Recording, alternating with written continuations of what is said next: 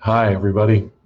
George Hersh with Pheno Brain Training coming to you again. Thought I'd do another video blog or vlog just to connect with people and see if we can answer, I can answer any questions, concerns. Kind of thought I would talk a little bit about. I'm hearing a lot of parents coming in talking about parent-teacher conferences are coming up, and hopefully, yeah, you can get some insight into your child and if they're having any problems, which I assume if you're connected with us and looking at our page that you either have a child that has ADHD, dyslexia, has been tested, and maybe on an IEP, but do those goals that your teacher or the school system has set up, are those goals aligned with your goals? Do you really know what that teacher is trying to gain with your child? Because you really need to talk to your teacher, and they may be limiting your child's abilities by kind of restricting and trying to get them through the grade versus get them caught back up. I'm very empathetic to teachers and all the issues that go along with teaching in a classroom of 25 or 30 kids. I fortunately get to work one-on-one with students and their parents, and so I know it is the preferred way. If everybody could just work one-on-one with kids, then it would really help. But most of our program is about teaching parents how to do the exercises. And anyway, I'm not really going to get into our program today. I just wanted to kind of talk about your child, their classroom, their performance, and see if people had any questions. Again, we're going to start putting on some Facebook Lives to see if we can answer questions parents have, whether it's about our program or their frustrations with their school system, not being a legal counsel, looking at what we can do to help you. So, always kind of revisit your goals, what you think your child's doing. There is a link on this blog for our free evaluation. We've added where you can check their reading, their individual little test where they can do a real quick analysis of what their ability to read, the words that their ability and their grade level words that they're reading, and then also their spelling, and kind of test their spelling level and their math ability. You just want to do it maybe to re-verify what the school system's saying about your child, see how it lines up, and then if you want to do some of the cognitive skills testing that we offer too, because you have to sign up for the whole thing and get it all. So, and if you want to do our full eval online, please comment in this post or contact me, and I will be glad to send you the full evaluation you can do on your child. So, with that said, I'm wondering if most parents can even know where their child is, and if you kind of look at most classrooms. So let's say there's an average classroom is 26 students. It's going to be a bell curve. It's going to be that typical bell curve, and not everybody's going to be performing at the top. A lot of that most of the kids are going to be in the middle, or you're going to have kids at the end. So it's pretty much broken into like 67-70% of the kids are in the middle of the class. You got kind of the top performing kids, and then you have the bottom 20%. So if you look at it, you're only talking about a handful of kids up at the top 15%. The rest, everybody is going to be fitting in the middle, and those are all going to be related to performance issues. It's why I strive with us. We look at everything as a brain performance issue, and that you can improve performance by doing a number of things, and it's not about telling your child they got to work harder as much as perform better. And the way you do that is you can do it a couple of different ways, but one is to put more stress on them, and the other is just to train their brain in a way. And that's why we promote brain training or cognitive skills training. I think everybody kind of fits into that, and there's a real misunderstanding of like our program versus something like Luminosity. Those are decent little programs, but they're just not really doing what they said they could do. They do stimulate the brain, but they don't stimulate it to the extent that you're going to get that great of performance increase. And again, not knocking it. It's if you want to do a video game and have them, there's always that stimulation that they can do. So that it's just not going to give you the level of performance that you really want. And what I see is a lot of frustrated parents hearing the same thing over and over again from their teachers at these conferences. And unless you're that number one student or number two, number three, trying to improve and get better, the rest of the pack is just kind of getting moved through the system. And there's some really, really interesting TED Talks on that how school systems are designed to take kids through and kind of push them through. And you as the parent are the only person that's really got their full interest at heart, because ultimately I don't know many parents that aren't thinking my child needs to go to school, graduate high school, then go on to college. I mean, almost countless parents that come in here and I test their child and they're reading 2 or 3 or 4 grades below their grade level, or their spelling is usually the biggest culprit. It's probably spelling, then math.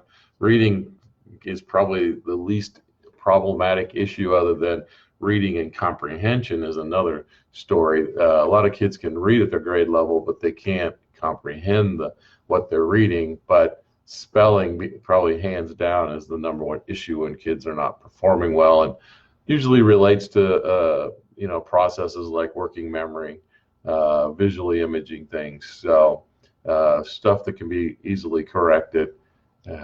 But then what ends up happening, like with math, they fall farther and farther behind, and it's very difficult to catch back up even with tutoring.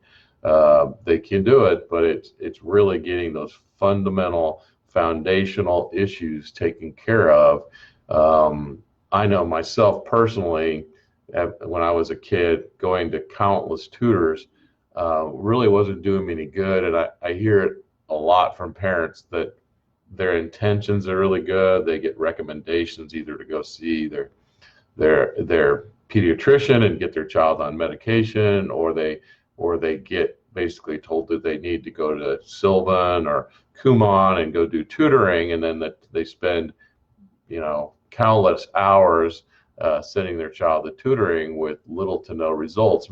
The results just aren't what's expected, and usually that still means that there's some weak cognitive area in their brain that needs to be improved. But once that's improved, kind of all that tutoring isn't a waste. And so my hope is to get more and more parents to understand that you have to do something different with a child that's really struggling with learning or behavioral issues.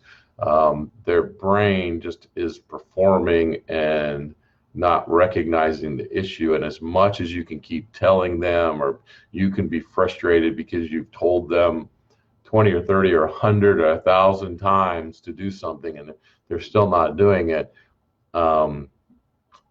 that's that deep-rooted brain. You can go into the lizard side of the brain, and there's some really interesting research on it.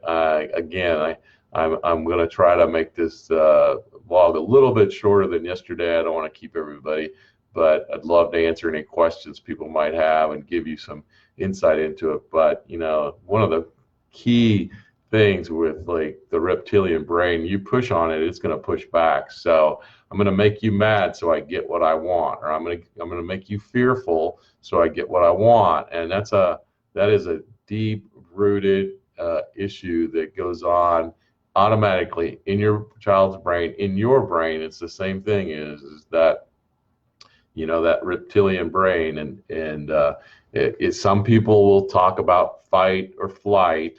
They forget about freeze, or they forget about overwhelm, or they forget about the anxiety that's created by having to make two decisions, and you don't know the difference between the two decisions you're trying to make. Like if you have two things you're trying to make a decision on, your brain can go into overwhelm, and that can create all kinds of anxiety issues. And I know there's a lot of kids on anxiety meds, and most people don't like to put their children on medication. I'm not a big proponent of it. I'm hesitant to tell you that it's not the best thing in the world for them. Some people need them, but most people, there's a natural way to overcome. You can call it manage. Your brain is your brain. All you can do is build and strengthen your brain to overcome anything. And people like to label. Unfortunately, when you go into your parent-teacher conference, your child has already been labeled. There's a million different labels. Parent, teachers, and the administration can label your child, whether they're the smart child or the problem child or the one that's needs to perform better or it's almost there. They call but they're labeling every child in their classroom, and it's just a natural effect of what's going on in that classroom. When you meet somebody, your brain starts lining up, and you can be the favorite child in the classroom for no apparent reason other than the teacher takes a liking to them, and they're trying to help. And so but if you're frustrated and you're looking for something different, we're definitely check our stuff out. We've got some free resources. We'd love to interact with people. We're trying to reach out more on at least the United States, maybe go more globally. Really don't have anything in other languages as much as just we have the ability to connect with more and more people, especially using Facebook, and Zoom has become a huge resource for us to be able to connect and coach parents around the world, really, and help them understand their child, understand how to help their child, and then give them the tools that you would need to improve your child's brain performance. And I know you'll hear me talk about brain performance over and over again, but when you really look at everything, it all starts with how fast and how well your brain performs. And we work out our muscles. We do all these exercises, but we don't always exercise our brain the correct way, because our thoughts are never ending. I mean, yes, we go to sleep, but our brain is still working, and our thoughts are really never ending, because your brain is taking care of you.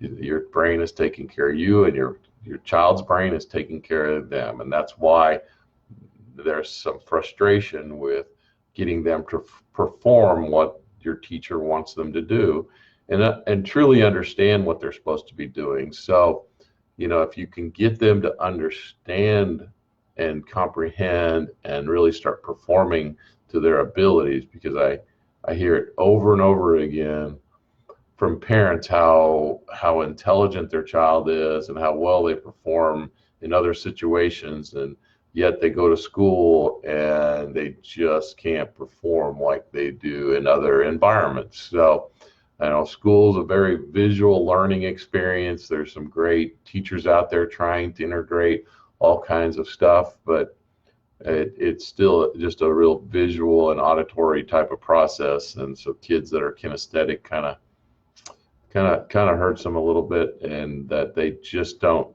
gravitate to sitting still. That may be one of the big issues, is that teachers do not like kids moving. And so if you have a child that's a kinesthetic child, your report from your teacher is we've got to get Johnny or Susie to sit still and pay more attention. And so they usually relate it to focus, inability to focus or pay attention to something, which is normally not the issue. So anyway, I know I'm rambling about this, and I am going to get off here, and I hope some of my thoughts help you. If you ever have any questions, please contact us.